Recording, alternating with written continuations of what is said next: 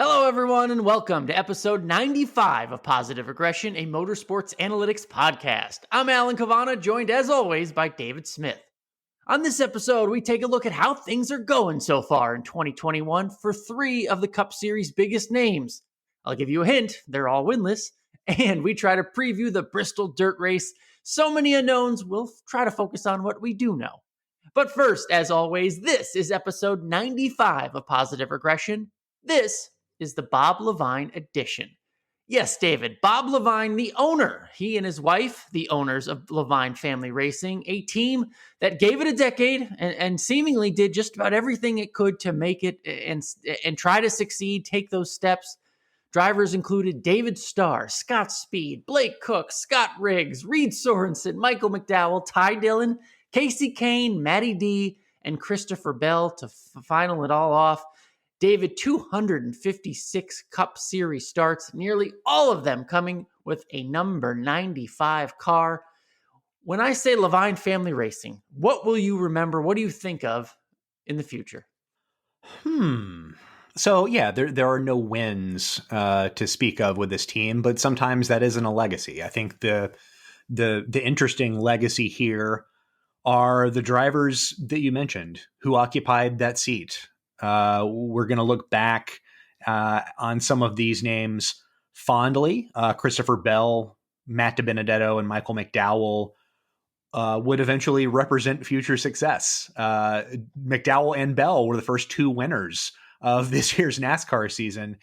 And Matt DiBenedetto, you know what? It's at the time such a great call when his best efforts within the sport were not superficial while driving for Go Fast Racing and other back markers. And LFR unearthed him from the back marker teams, potentially a driver who should have never been that close to just being completely out of the sport. He might not be a future superstar or a Hall of Famer one day, but he also shouldn't have nearly been out the door completely. And LFR rescued him. And honestly, whatever transpires beyond the season, he probably owes the rest of his career to LFR. So yeah, I mean, what a trip, starting out as a start and park team with Scott Speed back when starting and parking was fashionable is not the right word, but we'll say fashionable, to a point last year where with Christopher Bell, they were a borderline playoff contender. And even at the end of the year, they finished third at Texas Motor Speedway. Their final start on their home track, their first ever start, came, of course, at Texas Motor Speedway with David Starr. So nearly a dream finish, but I'd say a fitting finish to the LFR timeline. Yeah, and like I was saying before, I mean, it seems like they made every effort that the decade-long process, right, to be a start and parker, to go and qualify and miss races, right? They missed plenty of races, I believe, trying to come up and qualify and not be able to do it, to then, getting the drivers and being a back marker car, to climbing the next step, finally getting an alliance right, getting a big name in there like Casey Kane. Like, they were making these steps, and it seemed like there were aspirations, right? There are smaller teams that never look. They make it work because you can get a paycheck by running in the back, right? I mean, there's the economics of it all. But some teams don't have that aspiration of ever being one of these big winning Cup teams, where it felt like LFR was, and it was just taking small baby steps. And even as far as to get the Toyota affiliation and the Gibbs affiliation, I mean, it was taking all those necessary steps, and it just couldn't pan out. Finally, economic wise, it just didn't make any more sense. Yeah, and not, as you were saying that, I was thinking about Germain Racing, which also closed its doors at the end of last year.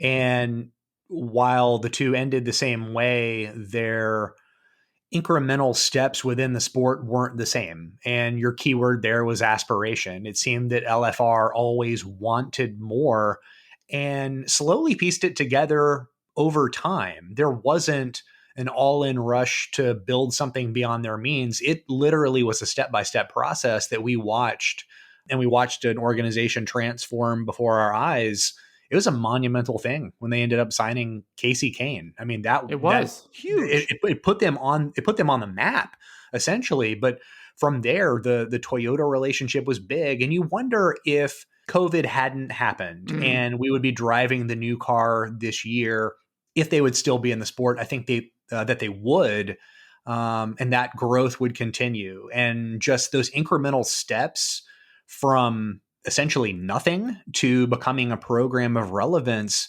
is really cool, because we don't see that a lot in NASCAR. Money certainly makes the world go round, and usually people order more than they can eat. That was not the case here. These incremental steps made it fun and admirable.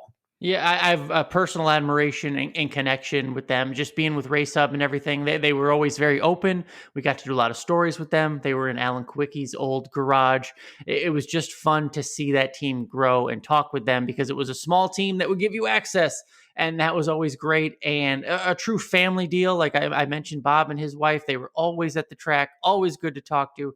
Bob's family, his son, always involved with the team. They would put on a few years. They did a thing called Camp 95, where they brought a bunch of kids in and they got to learn every aspect of racing, right, David? I mean, from being an engineer to a crew chief to a driver to front office, selling sponsorship, all that stuff. I was a part of that, got to do some of those seminars, but that literally put some of the people, some of those kids are in the sport right now because of the camp that they went to. So I just have a lot of admiration for what that family did over there. And I hate to see him out of the sport, but Bob Levine's still on Twitter and one of the best parts on Twitter right now. So we have to add that to his legacy, what he is contributing in terms of the knowledge, right? There is so much we don't know about this sport that is kind of behind a curtain, and Bob Levine is not afraid to share it, and we are loving every single tweet of it. Well said. It's still sparking conversations within the sport. So, that participatory part, very good. I appreciate having all the Levines as a part of NASCAR for the little amount of time we enjoyed them. Amen. Episode 95 of Positive Regression, the Levine Family Racing Edition. Thank you all very much. All right, let's get this week started, David, because we are 6 races into the season, and I think it's time to give an early season report card, or at least a review of what's going on, because when we started this year, David, our first episode was dedicated to big picture drivers. We previewed Kevin Harvick, Kyle Busch, and Chase Elliott, right? And trying to, preview what was going to happen to them in 2021. Now, 6 races in, we look at those 3 drivers. They are winless so far. 6 different winners. None of them are Kevin Harvick, Kyle Busch, or Chase Elliott. Now, wins don't always properly tell the story, so we're going to break down what these early season showings are telling us. I don't know if you want to chime in, a big picture, but let's start with Kevin Harvick. But 6 races in, let's go over these 3. Sound good? Yeah, it sounds great. Out of curiosity, are you shocked that these 3 drivers are winless at this point? Absolutely. Okay. Look, I don't know. Maybe I shouldn't be. Maybe every season really is the start of a blank page. But I like to believe with the rules package, with some of the carryover, and not too many changes from last season, I thought there would at least be some continuity in terms of who was good and who was fast and getting to victory lane at some of these similar tracks. And frankly, we haven't seen as much of that as I expected. I think they would each agree with what you just said. I think that they thought that things would have broken a little in their favor. But yeah, let's go ahead and start with Mr. Harvick here. Where do you want to begin? All right, yeah, perfect. Kevin Harvick, 6 races into the season, David. 5 top 10s out of 6 races. Pretty good, right? 2 top 5s in 6 races. Not bad. But when we think of Kevin Harvick and the speed and everything that they need out of a race and they're capable of, his season does not pass the smell test so far. Let me tell you, they have not led a lap since the Daytona 500. The results are there in terms of the results column, but it looks like he is making more out of what he has. And I don't know how long that can go on. Okay, good points. His production and equal equipment rating right now through 6 races is 3.667. That is off of his 4.722 last year in what was an 8-win season. but that is a rating that would have ranked third in the series last year. So good production. I don't think that's a shock. The difference in speed to me is jarring just because of what we've come to expect from him and Rodney Childers.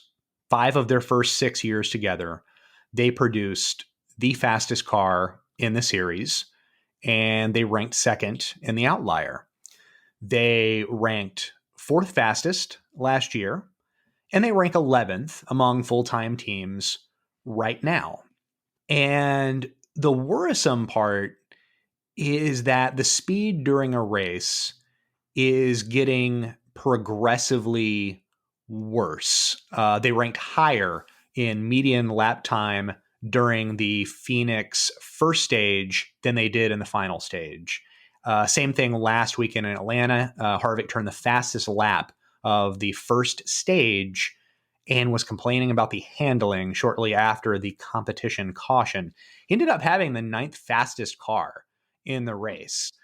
It wasn't as bad as it seemed, but it did seem and does seem that other crew chiefs are diagnosing and fine-tuning a lot better than Rodney Childers right now.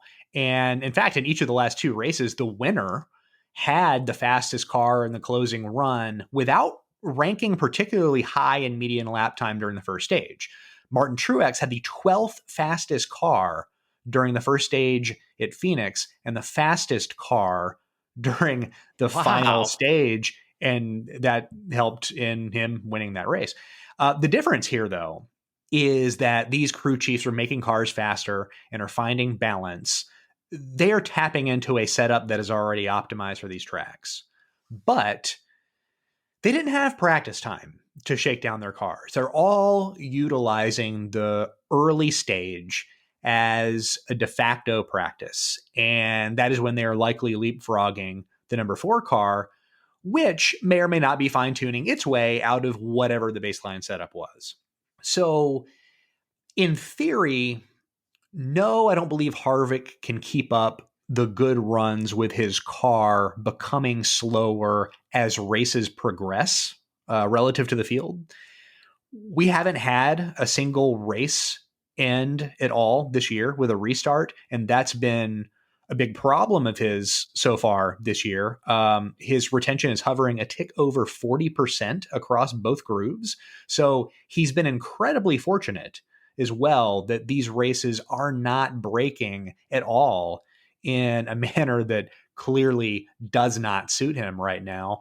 And no, if you line up all these numbers, connect the dots, it doesn't bode well, at least in the short term. Wow, that is really good insight. He has been something of a closer, right? Like he finished 10th in Atlanta, and that was not representative of his day, I didn't feel, right? I mean, that was probably the best he ran all day in terms of finishing position, right? He came on at the end, if you will. So, but in terms of creating that track position, you mentioned the restarts not going his way, being fortunate they haven't had late race restarts. What's he doing on the long run in terms of creating track position? Are we seeing something of a decline? Can the crew chief help? Like, what's the fix here? What's the diagnosis first? Yeah. Okay. So yeah, everything you said is true here. Kevin Harvick's surplus passing value right now at a negative 3.29%. His restarting, as mentioned, a big problem. Atlanta was his only positive passing effort to date, but Rodney Childers also chipped in some big assists. He had 9 positions gained on green flag pit cycles last Sunday. That was more than any other crew chief. And this is something that I wrote about last week for NBC Sports. Kevin Harvick isn't the kind of surplus passer that he was during his first 5 years paired with Rodney Childers. I mean, he really put the team on his back in those first 5 years. But in these recent 2 seasons, and we're going on a third now, they've been wise enough to understand what this version of Harvick looks like, and they're smart enough to not rely on Harvick to do this kind of extraordinary heavy lifting. Right now, we're at a point where Harvick is passing worse than his statistical expectation. In 2019 and in 2020, he was right at it. Childers' strategy numbers 23 positions gained on green flag pit cycles in total this year, 13 on non-drafting ovals specifically, and over 90% retention. That's fantastic. And that's going to be tough to keep up, but it's worth a try, especially if there isn't a consistent competitive speed and if Harvick is indeed experiencing a decline that is inevitable. That tells me Rodney Childers is adapting, right? When you have to make up for something or just find another way for track position. One thing I'll throw at you, David, Rodney Childers has been very open about the rule change they made for during inspection, right? They have changed the way they inspect the wheel wells. And basically the best way to say it is there was a secret back there that the Stewart-Haas cars, specifically the Ford team, must have been exploiting last year because it gave them a lot of downforce. And Rodney Childers has come out and say they have lost 70 clicks of downforce because of how NASCAR is now inspecting the right rear wheel well, which is so tough to say, even for a classically trained broadcaster such as myself. But anyway, NASCAR made a change. It has affected the Ford team big time. How long, David, do we get to use that as an excuse, if you will, before they really have to adapt, move on, and find that speed and or downforce, whatever you want to call it again? The excuse doesn't concern me. I think what Childers might be running up against is the clock, because as I wrote this article for NBC Sports last week, and Harvick's fan base is, I mean, they are coming for Matt Kenseth's irrational fans in a hurry. But they pointed out that Harvick got off to a slow start in 2019 as well. The big difference here is that in 2019 they were not driving a lame duck car, and at some point, Stewart-Haas Racing is going to turn some inter-organizational focus to getting the next car correct. And if they are spending time and money on the current car for this championship, which I actually argue they might want to consider given the short window for Harvick's prime, but I think that is going to come to a head. How they deal with that will be really interesting. So that's a problem that didn't exist 2 years ago.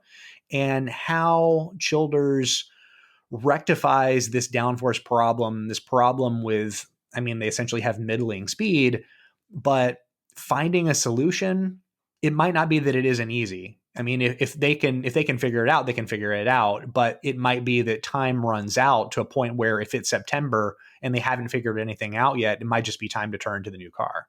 And which, September gets toward playoff time. And you posed this question on our rundown. Do we think this team, the Ford team, will be a factor in the championship race?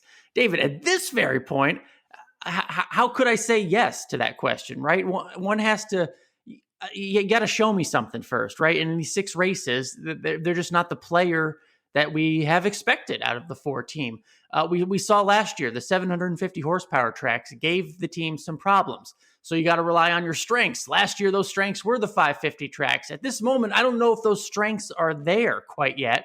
So how can I put him in the championship race, right? Or the championship 4 quite yet? Like, can he Harvick his way to the round of 8? If you want to use it as a verb. Yes, absolutely. He can do that. And then once he's there, can he win Texas? Of course. But because that's the format. But right now it's tough for me to say that just given the numbers, right? We are used to him out there, fast car, leading, dominating. That's not there yet in the first 6 races. Okay, my dear co-host, I will respectfully disagree. I think that they will be a factor for the championship because at their core, this is a team that despite their foibles, they do not make tactical mistakes or many preventable errors on the racetrack. And with the playoff format the way it is, as you mentioned, that's a huge asset. Even if this isn't a top tier team in 2021, there is a benefit to just hanging around and being a team that isn't likely to be eliminated from a round, even if they aren't the team most likely to win all 3 races in the round, right? So I think they are sort of built for playoff staying power. And one more thing that I want you to consider. I think this is a much better team with one win in their pocket than they are as a winless team, because having one win means that you're automatically in the playoffs and it eases the burden of point padding. And as we've seen, Rodney Childers and Harvick and this 4 team are at their best when they simply ignore the stage point game, unless they're in the hunt for the stage win. But they've mastered the art of skipping out on all of that in an effort for track position in the beginning of stages. A one-win team can get away with doing this. A team with no wins cannot. And I think if they're able to secure just one win, they may as well win 5 or 6 this year, sort of able to tap into their tried and true formula. Good stuff. But anytime, guys, you want to start showing us, let's show it. Let's see it. Come on. So I don't know how the Bristol Dirt Race will fare for them, but maybe the week after, starting at Martinsville. All right, let's move on to Kyle Busch. We covered Kevin Harvick. Now let's talk Kyle Busch. Kyle Busch came into this season with a brand new crew chief, a big change that we have covered a lot here on the podcast in terms of just how long kind of the drought had been there for Kyle Busch and his team. So a change, it seemed, was welcome for over at JGR. So we are 6 races in, David. I will tee up the question to you. Do we believe this team has improved? New crew chief Ben Beshore, what's his impact been? You know, it's honestly tough to gauge this early. They ranked 12th in average median lap time on the 550 tracks, and their top end lap time ranks 10th. So they've probably underperformed their own speed potential a little bit. The 18 was the 4th fastest car in Atlanta and ended up finishing 5th. And that was after the pit road penalty. And Kyle Busch was one of really the only guy able to pass efficiently on long runs. He had the 2nd best surplus passing value in the entire race. So he's still Kyle Busch. There isn't anything to point to as an assumption that they've definitively improved with Ben Beshore. The 18 with Busch in it, still sort of firmly entrenched as the 3rd best team right now at Joe Gibbs Racing, which does put a lot of heat on Busch and a little bit on Beshore as well. 2 top 5 so far, but then the rest of his starts 10th or worse. So kind of a similar start when I looked up the stats, just on the baseline stats, a similar start to last year. David, similar to Harvick, it seems Busch has overachieved. You were just talking about his speed at Las Vegas and Atlanta and versus the finishes. Do you think that is the case? I mean, how do you measure overachievement in terms of what he had and how he finished with it? Because he seems to be stronger, like you were saying in Atlanta. You know, he closed well, passed well. How do we measure overachievement? And is this team doing it? I think so, because that's kind of just what he tends to do. He is a good peripheral stats guy. The numbers are still good. He was still a good passer last year, despite everything else going poorly around him. And not that anything is going poorly right now, but he's doing the same things. He hasn't had a single race go negative in terms of his pass differential. He's the only driver in the series right now that can claim that. That includes the Daytona Road Course race, which, as we can tell, he hated, but I mean, he is capable. So it's similar to Harvick, yes, in that the overachieving is good if we are simply monitoring his statistical progress. But I don't know if he can continue to do this and deliver the kinds of results that he is Kyle Busch. He has paid very well, the kinds of results that he has paid to deliver. Exactly. He is Kyle Busch. And that's what the next thing we're going to talk about is how I factor in a lot of my decision-making when answering this next question, because his crew chief, Ben Beshore's stated goal was to make the championship 4, which is lofty. But when you have a driver like Kyle Busch, that has to be the expectation, right? Kyle Busch in his prime, it has to be a championship 4 guy, and nothing else they should settle for nothing else, no matter who the crew chief is, no matter the years of experience. I mean, this is Kyle effing Busch, right? So as early as it is, do we think this team could be a championship 4 team? And that's where I was going with it, David, is my answer is yes, because he is Kyle Busch. Now, to me, to be a championship 4 team, it's all about the format and that final 8 round. Where's he going to win? He won Texas last year, so maybe I give him Texas, but I still wonder about that lap leading, that kind of domination of a race we haven't seen yet. I worry about that, but he's still Kyle Busch, so I still believe he can be in the championship 4. I'm not so worried about the lap leading that we saw. I mean, once the speed comes in, one lap, David. I want him to lead one lap. He hasn't led a lap all year. Lap would be nice. No, I know, but that I don't ever get too concerned about that, because once you have race winning speed, we can see what happens, right? I still think he's in this, but I buy this being a 750 team. If Ben Beshore can't figure out how to conjure speed out of a car on 750 tracks for Kyle Busch, which, as we know, he is the best passer at 750 tracks each of the last 2 seasons, then that's the disappointing moment for Beshore. But even with sort of an iffy Phoenix outing, which the result I would say was self-inflicted with a pit stop penalty, but they only ranked 15th in median lap time anyway. I don't know that we missed much. At least we know that there is a knowledge in the JGR shop of how to do well in Phoenix, as we saw Martin Truex win that race. For Beshore, though, in things that he can control right now, he's had 2 competent races of pit strategy, 4 positions gained across the 2 cycles at Las Vegas, 7 positions gained across the 3 cycles at Atlanta, 3rd place stage points at Atlanta, after Beshore short pitted the cycle, which was amazing to see the 18 short pit. I haven't seen that in a long time.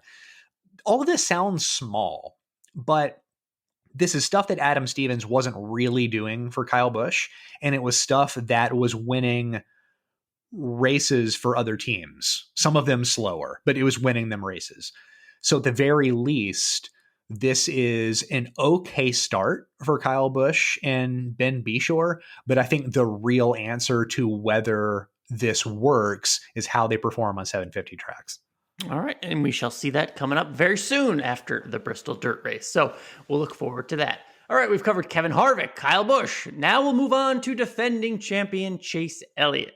Chase Elliott got off to a good start, was a few feet and a caution light away from winning the Daytona 500, but he finished second. Had some trouble on the Daytona road course, and then, David, he was oddly mediocre on days when his teammates were winning in Homestead and in Las Vegas. And most recently in Atlanta, when his teammate was dominating and a bunch of the other Hendrick cars were doing well, great as well, he had engine trouble. So, David, this all started this year. His peer projection on motorsportsanalytics.com, it dipped from 2020, almost projecting less production than what we saw in his championship season. Is this projection coming true to life? Is that what we're seeing right now? It's twisting your tongue, Alan. No, he has a 1.833 peer right now. And yes, that represents a dip. But I don't know whether we have a good enough sample size of races in which the result itself on a head-to-head basis against what the result was last year for a certain track is better or worse. And I'll explain what that means. How regression manifests is if a 3rd place result a year ago is now a 6th place result, and he kind of ends up doing everything largely right? The speed ranking relative to the field is close. We haven't had an opportunity for that comparison. I was really curious about how Atlanta would go for him, because he's not good there. Relative to what he does at other places, he was not a strong qualifier at Atlanta. Check the record back when we qualified. I was hoping if Hendrick has improved, which is what we have seen, if he has improved, those 2 things would come to the surface at Atlanta. And they did have top 5 speed. The top end speed was good, but the engine problem robbed us of seeing their best effort. So yeah, right now the projection coming true, I'm not sure how true that's going to be across the whole of a 36 race season. All right, that's the driver. Let's talk about the crew chief, Alan Gustafson.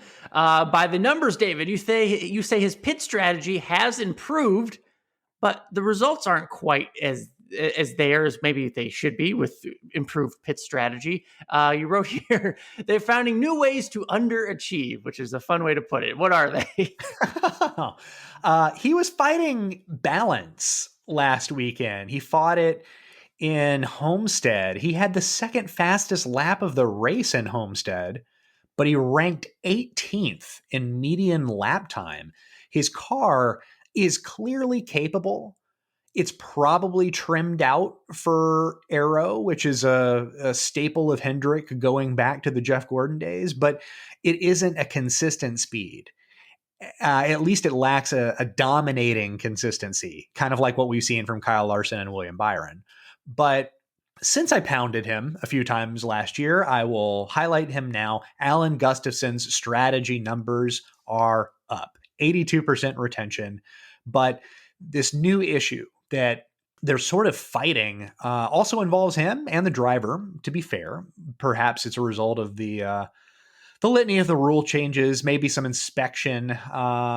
That's knocked him off a little bit, maybe. But compared to someone like Harvick, we know that there is knowledge of how to make a 2021 race car go very fast. That knowledge exists in their own shop. So I would assume that this is a temporary problem with an eventual solution.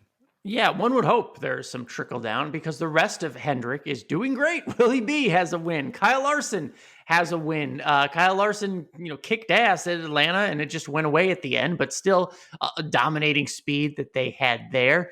Do you think that this is a sign of what's to come in terms of Hendrick's, bigger picture? Because these are, 4 young drivers that you would think were going to stick around for a long time.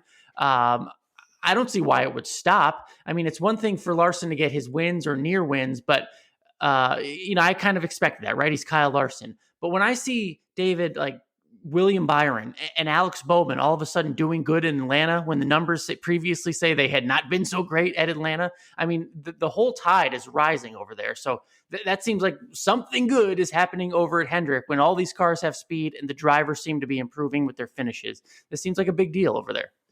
Yes, especially this year. If nothing changes, it's an obvious sign. But also, let's assume that their brand of dominance is affecting change within other organizations.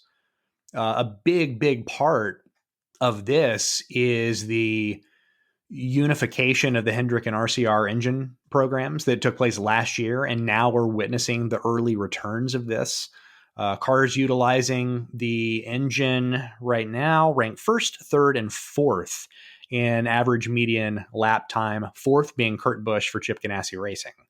And we've recently seen good runs from Austin Dillon and Daniel Suarez in Atlanta. And as you mentioned, Alex Bowman too. And as we discussed, Atlanta seems to sift out the fastest cars. And that is exactly what happened. All of those cars were fast that day. And for Hendrick Motorsports individually, can this early season success force other teams to strive to get better? Of course. I think Larson's addition is a big deal. I think we're realizing a lot of things that transpired the last few years were in fact meaningful. We saw Cliff Daniels improve Jimmy Johnson's speed by improving the driver's communication. And given that Johnson had 1 foot out of the door, about to retire, he was living in Colorado, it's a pretty good guess that he might not have been as motivated or plugged into the improvement of the program as Larson currently is, because Larson's probably going to be here for a while. And credit Cliff Daniels. He did a good job of building a team in preparation for whoever the next driver would be. And when that driver is as good as Larson is, the immediate success, and I do consider Atlanta a success. If it wasn't a win, it was certainly a statement of intent. I don't think any of it comes as a shock. I think we're understanding the true strength right now that Hendrick Motorsports has to offer. What do you make of Chase Elliott? I think it's 2 weeks in a row, right? That they failed inspection, started at the rear. It feels very Furniture Row like, right? When Cole Pearn and it just they never seemed to give a crap, right? Or it just didn't matter, right? Because it's just modern day NASCAR starting at the back. If you have a fast race car, especially with a competition caution and stage breaks, surely you're taking a risk by being behind a bunch of cars, but it just doesn't seem to have that huge of an effect if you do start in the rear. So pushing the boundaries and failing the inspection process doesn't seem like a big deal. What do you make of Team Hendrick doing it this year? I like your furniture row comp. So if a Hendrick car fails inspection, are you putting them in your fantasy lineup? 100%. I was tweeting about this, doing the fantasy live show. Like the first week, it was like, okay, are we approaching the Truex rule? And now the second week in a row, it's like, all right, should we just start calling it the Elliott rule now? You know what I mean? Because if they fail inspection, that means they're doing something right, that they're going to be really, really fast. So it's just something I've had in the back of my mind, but it doesn't seem to affect them, right? There doesn't seem to be a negative sign if you're failing inspection. It seems like maybe you're doing something really positive in terms of, having a fast car. The hilarious part about all of this is that Hendrick Motorsports owns its own optical scanning station. They know in advance before they get to the track. Yeah. They know in advance before getting to the track what will and won't get picked up. What we are seeing from them every week, you hit it dead on. They are trying to understand what the gray areas are and how far that they can actually push the written boundary. I don't think they will do any of this come playoff time, because I think this is definitely for playoff time. But also, I caution other folks thinking this way. They don't try these things if they don't think their drivers can pass their way out of the situation. I believe that about Cole Pearn and Martin Truex. I believe that about Kyle Larson. I mean, a couple of years ago, it seemed like he had to start from the rear, either because of a practice crash, an unapproved adjustment, whatever, but they probably don't make an unapproved adjustment if Kyle Larson can't pass. And have you noticed what they've been doing here? The worst passer at Hendrick has not been penalized. Alex Bowman gets through inspection. Right? The other three at Phoenix did not. All of them are efficient passers. I'm certainly sure that they know what they're doing there, which leads me to believe, Alan, that starting from the rear of the field, especially in races now with competition cautions and stage breaks, this isn't a stiff enough penalty, right? At the very least, teams do not appear to be scared off of this penalty. So I don't know. Might be time to look at it stiffening this things. What say you about starting a race 2 laps down? Do you think that would deter repeat offenders? Absolutely, right? I mean, you get it right the second time at least, right? Because if you're starting in the back, you have failed at least twice. So, I mean, so you're still trying. I mean, there's still that notion of like, all right, maybe if we, roll the dice a second time, maybe we'll get through with a little bit of what we want, or it sets something else off, and it kind of puts you're chasing your tail at that point when you fix one thing, it pushes another thing off. But yes, if the penalties were stiffer, I assure you, no one, why would you, right? Everyone would know, and no one would fail inspection if it was that big of a penalty. And I remember Chad Knaus is now looming over all 4 Hendrick cars. Chase Elliott was talking about that. I did a YouTube video on it. Check it out. In terms of what, car preparation, right? Chase Elliott says the cars are being delivered to the respective crew chiefs in a much better way and much more prepared way than they were last year, right? So now that when the crew chiefs get their hands on them, they're steps ahead of where they were last season. So, and I just remember Jimmy's 7th championship, right? He barely made the race because they had to roll out because they failed inspection multiple times, started at the back of the field. And this was the championship 4 race, and they still went out there and won the damn thing. So starting in the back, it's not a foreign concept for Chad Knaus or Team Hendrick. They did it last year for their championship with Chase Elliott. That's right. I forgot. Yeah. As you're saying that, I mean, this is kind of a staple. This is what they do. So yeah, you might want to retire the Truex rule. It might be the Hendrick rule from this point forward. Brains in the gray area. All right. Good stuff. Good discussion as we look back on the first 6 races of the season, because what we're about to do is look forward and preview the Bristol dirt race. Look, there's so much we don't know, and that's what makes this part of this episode and this part of the season, and going on dirt in the Cup cars for the first time in 50 years. That's what makes it kind of fun, is that we don't know a lot of things. So maybe we can, David, focus on kind of what we do know. I'm not sure, but we'll do our best to preview the Bristol dirt race coming up. What we do know: drivers like Larson, Christopher Bell, Tyler Reddick, Chase Briscoe, Austin Dillon, they have dirt experience. Do you think that experience truly matters this weekend, David? I can't believe I'm previewing a dirt race. Okay.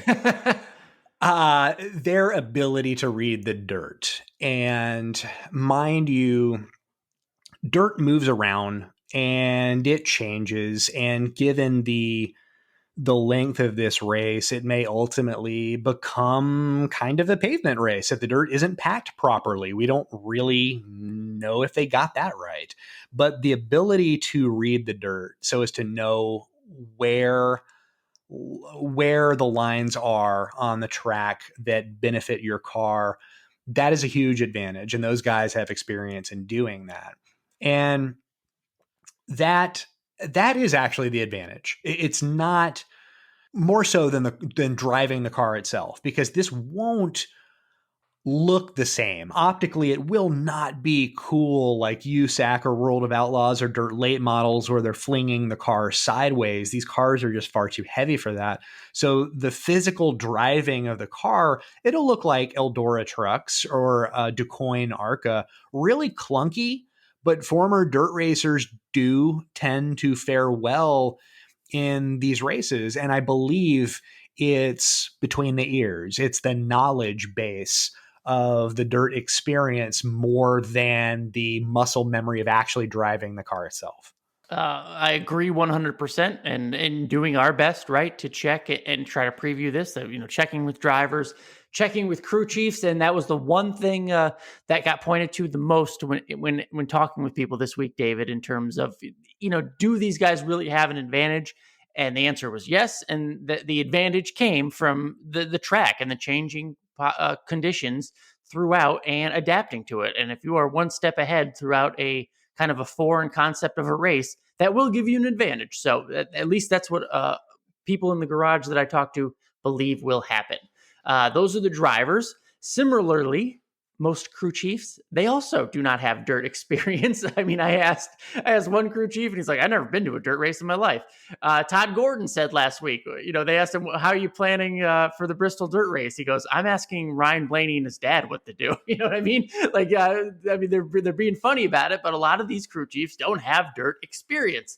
And given the format of the race, I don't know how much pit strategy there is, but do you still think they can have an effect, David, these crew chiefs? It is going to be minimal because with the controlled cautions, which are necessary, there isn't a real benefit to strategy or smart strategy, no separation.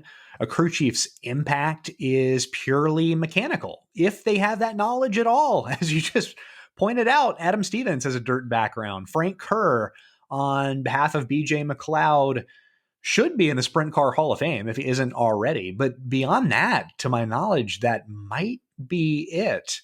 The story about Todd Gordon, ask Dave Blaney. That it might be a good call. I don't know. But also I question why teams are being thrown into this position in the first place, because the beauty of dirt racing, as it is properly done, is that it consists of smaller sprint races for the most part, duels between drivers, though there are reputable mechanics. It's no shock that I think like the last 10 or 11 Chili Bowls have been won by the same three mechanics. But what we are attempting this weekend is kind of a facsimile of that, and it's a long race to boot. So for me, Alan, it's more of a show. It's 100% made for TV. Fox is the inventor of the concept. So I do suppose we should just all watch and rest our brains a little bit this Sunday. I don't know it's going to be that easy for crew chiefs if they're scrambling to figure out the complaints from their drivers on how to make a car better that they don't really have experience with. Yeah, and maybe that's what will make the difference, right, in terms of who wins and who does not. Again, maybe not pit strategy where the brains of the crew chief comes in, but yes, mechanically. I think the best decision makers and maybe some of the smartest people will rise to the top and have the opportunity to make a big difference. I don't know. I think the crew chiefs can factor in big time, especially again if the track is changing. If they have downloaded the knowledge that their maybe experienced driver can bring, right?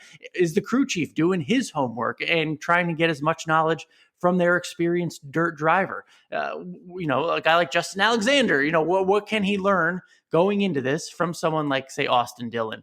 What can Rudy Fugle, what he knows about Eldora, what can he maybe tell William Byron or learn from Eldora? The track will change. There's mystery with the tires. So whoever can adapt, there will be someone who does adapt and does it a little better. Maybe that is what makes the winning difference. So I think crew chiefs will have a big role in who wins on Sunday. So there you go. Yeah, and at this level, all drivers, especially those with a dirt background, have a general feel that they want out of their car.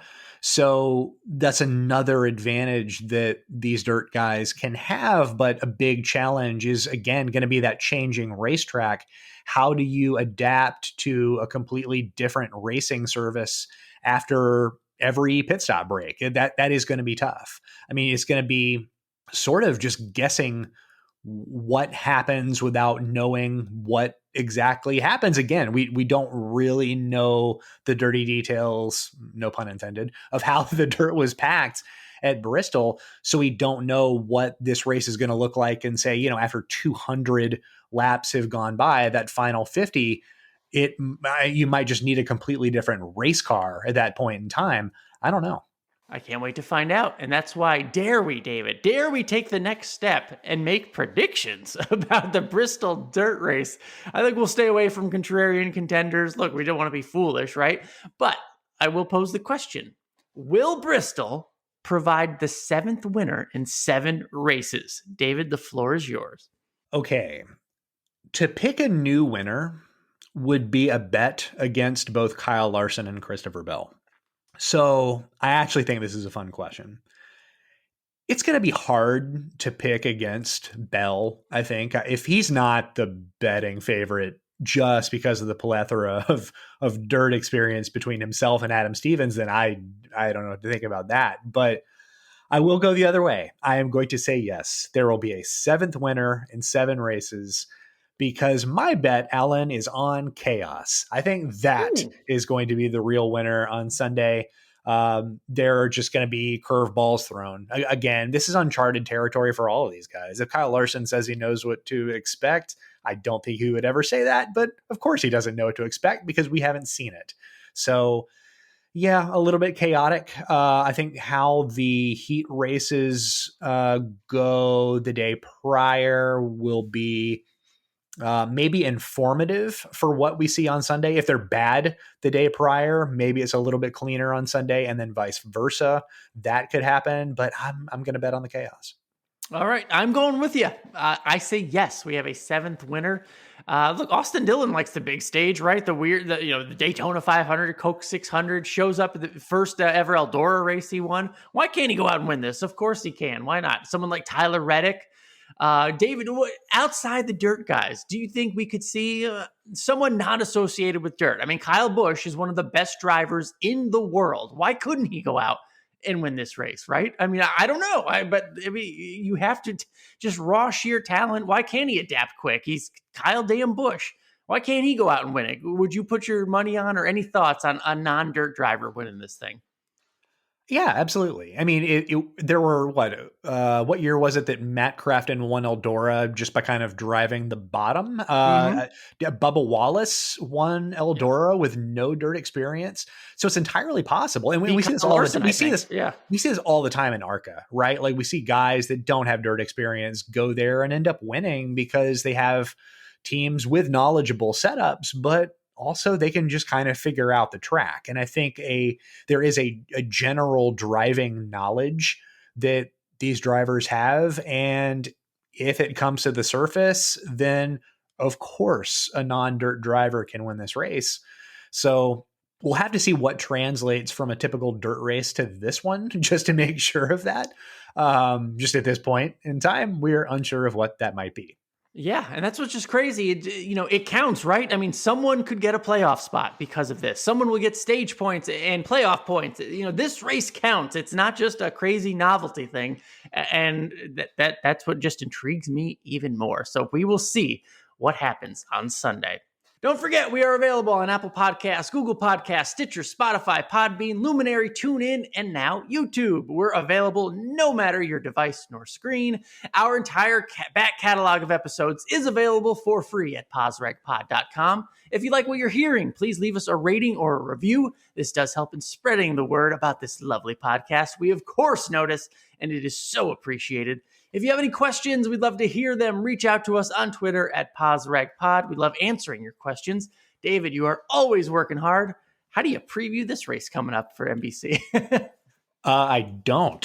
So here's the plan for that. This week on NBC Sports, I have articles on Kyle Larson, and in lieu of a traditional race preview, I interviewed Josh Wise. He is a former dirt racer himself. He is currently a driver coach to a slew of young drivers, and he discussed how he prepared this group of drivers for a one-off dirt race. Hint, hint, it involved him getting back into a dirt car after 10 years of not doing it. So I think that'll make an acceptable substitute. And before the race, for patrons at the Wendell Scott level at Motorsports Analytics, I will be doing a Zoom AMA. We did one before the Daytona 500. It was a lot of fun. It's informal. It's intimate. If you are not already a Wendell Scott patron, please become one and join us this Sunday. It's kind of like a tweet up, but it's just, rifling questions at me. And but it's a good time, and we will have a lot of fun before a race where we literally have no idea what is about to happen. Love it. Love the access. All right. Well, just keep up with me on Twitter at Alan Cavanna, on YouTube at Alan Cavanna Media. I will be co-hosting Press Pass on SiriusXM NASCAR Radio from or close to the Bristol Motor Speedway on Saturday. So before the trucks and all the heat races get going, tune in to SiriusXM NASCAR Radio, 11 to 2 Eastern. And then I will be up at Bristol just because, David, I want to be there and I want to experience it and I want to be part of the coverage up there as close as I can for something of a historic race. So tweets will be coming directly from the race and the track. So I look forward to that, getting back to a racetrack. So, and as always, just follow me on all the social media channels and all that good stuff. And make sure you watch Fantasy Live from NASCAR.com. We too will have a tough time previewing the Bristol dirt race and who to pick and who to stay away from. But I think we have something fun planned for you. So make sure you watch Fantasy Live over on NASCAR.com. Thank you, as always, for listening to episode 95 of Positive Regression. If you're waiting this long for some sort of Easter egg and giveaway, I apologize. There is not one, but listening this long, David, is appreciated. So for David Smith, I'm Alan Cavanna. Thank you for listening to Positive Regression. Enjoy the dirt.